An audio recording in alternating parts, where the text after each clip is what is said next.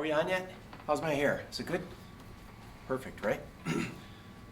Hi.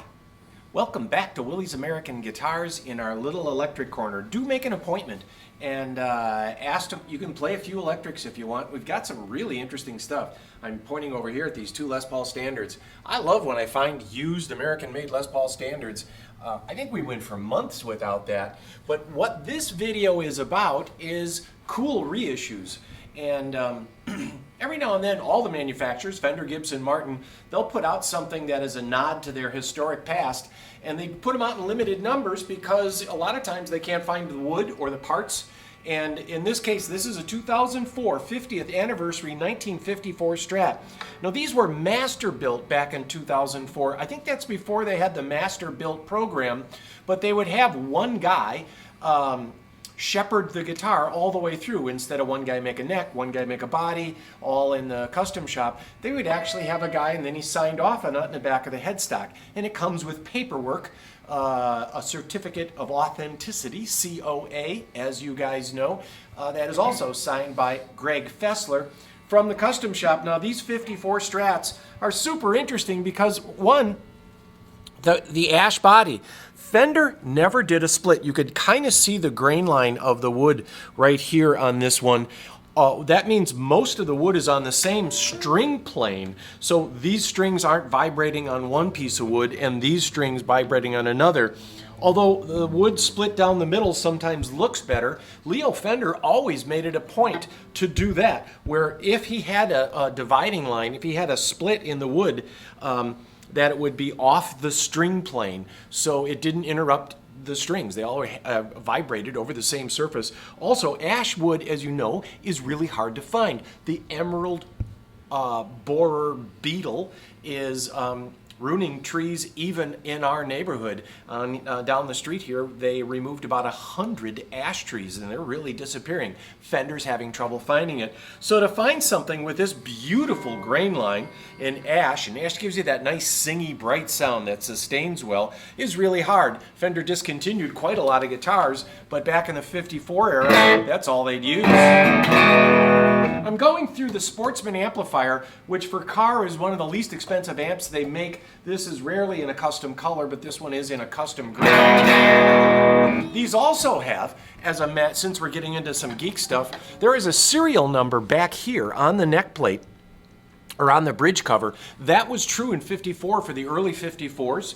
They would have a round string tree, a fairly large neck. They would have a fairly curved board, and then Bakelite parts. And Bakelite is, in this case, not exactly the correct term, but it is what's called a brittle plastic. And it has a different glow, a different texture to it, unlike PVC plastic, and it also affects the sound. Fender in 2004 went to Germany and they had somebody make this Bakelite plastic for them. It's not available now, and it was what they used back in 54.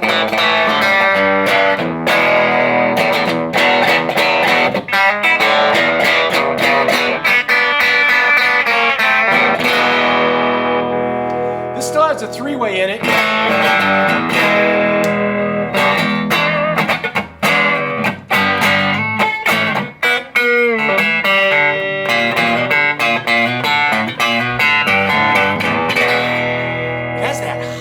Sweet sound. They made very few of these. They made a limited run out of them. They were custom shop. They were very expensive back in 2004, twice what a normal custom shop would be. And we just got this one. It has the case. It has the case candy in it. As a matter of fact, the pouch, the new pouch, is unopened. This is a cool buy, long term for an investment.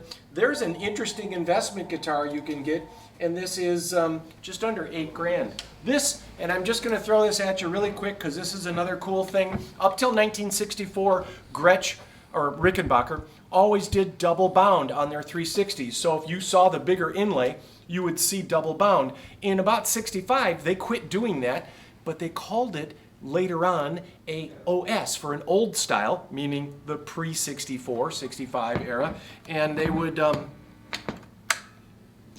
they'd later on in the 80s and 90s they would call this WB, with binding, meaning bound on the top. You'll recognize that this is kind of like a George Harrison. What is that chord? Yeah, okay, so this is kind of like a George Harrison model.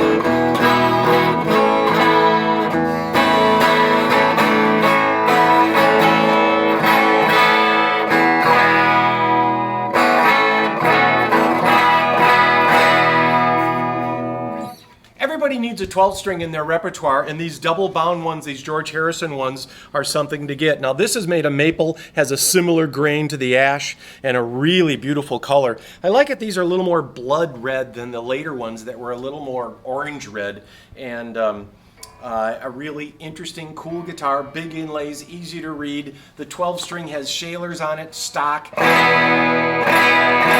There's just something about the sound of a Rickenbacker. It's got woodiness and brightness. You can hear every change of the chord.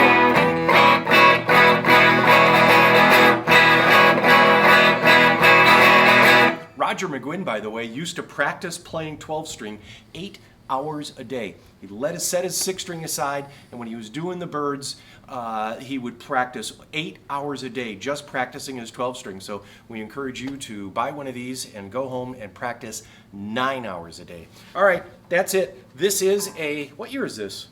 I know, I heard you. 1992 36012 WB with binding, and these are about $39.95, which is about the same as what they are new. And this is pretty rare. Go ahead and try to find another one. Okay, that's all. Old Strats, old Rickies. Make a call. Look forward to seeing you.